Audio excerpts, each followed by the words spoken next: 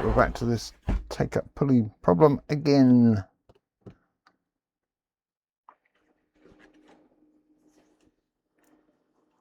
I'm just going to put this screw in here just to tension the top part of the mechanics. Right. Pulley's working as it should do.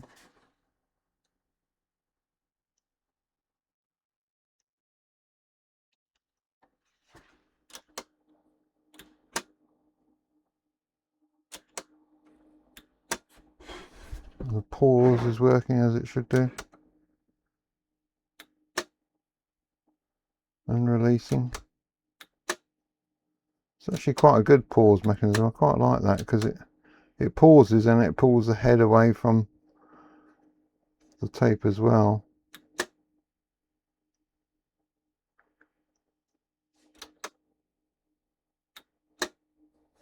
Okay.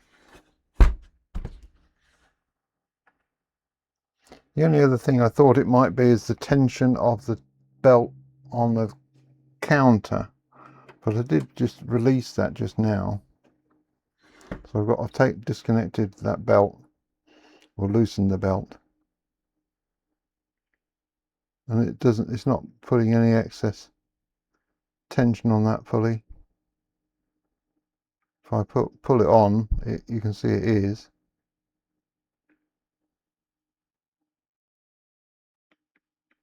But even without it, it's just totally slack. It's just not right.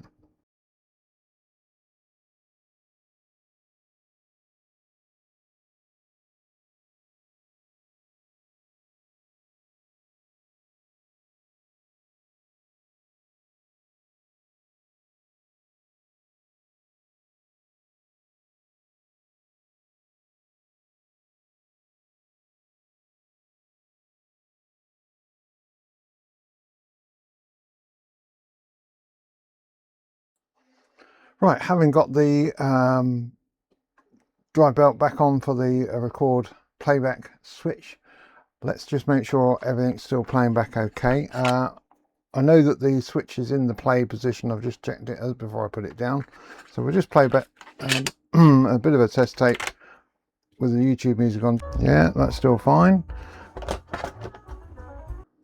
So let's put our pre-recorded test tape back in, which we used earlier, on same 1 kHz signal. Play that.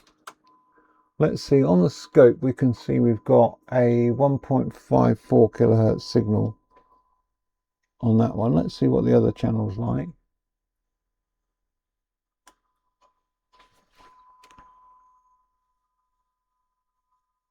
Right, that's the output from the other one. That's 1.7. So it's definitely higher on the left channel, which is what that's showing, than the right. Is that an azimuth problem?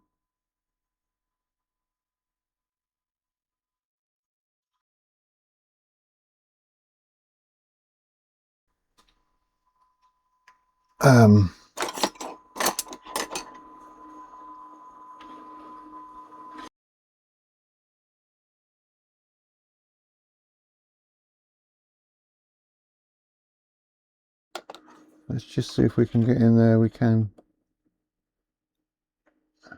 Okay, I've released the block. What I'm going to do is put this. No, I can't do that.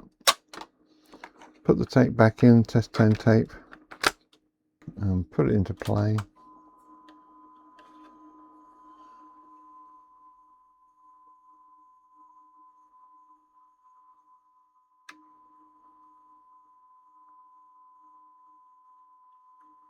So dropping down, turning back up. 1.7.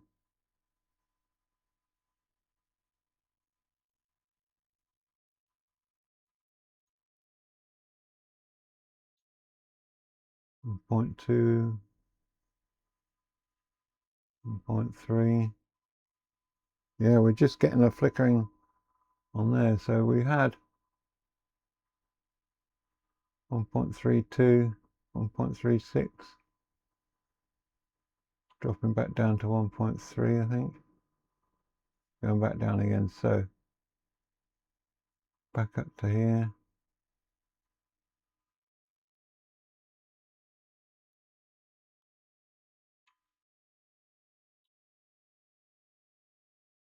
I'm just making adjustments and then letting the screwdriver be free, so I'm not putting external pressure on it.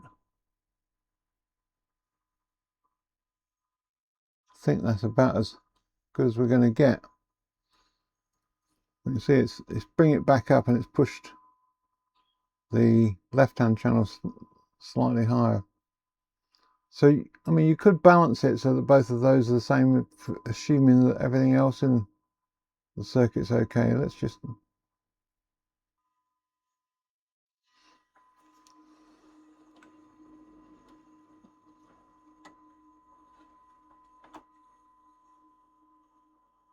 So it's 1.5 on the left,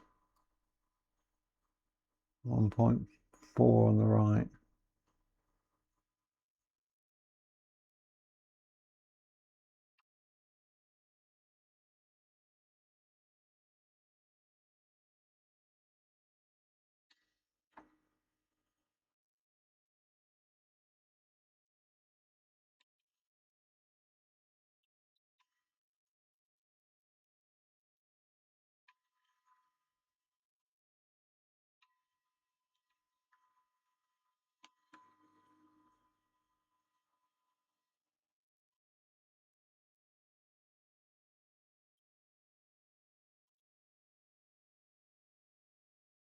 So that's pretty much the same on both now.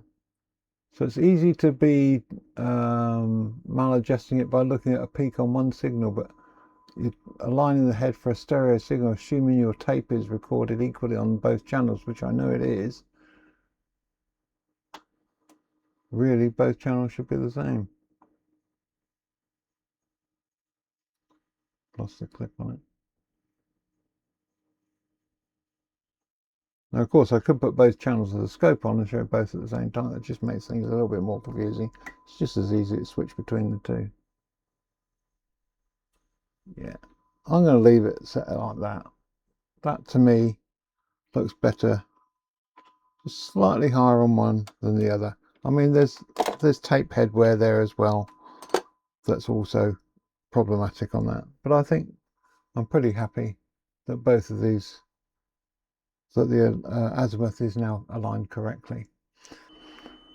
Right, so there we are, all adjusted and aligned correctly. Record, playback, all set to manufacturer's conditions. All done that. Unfortunately, I forgot to turn the recording on when I was doing that, a lot of that, so apologies for that. But anyway, we're all done.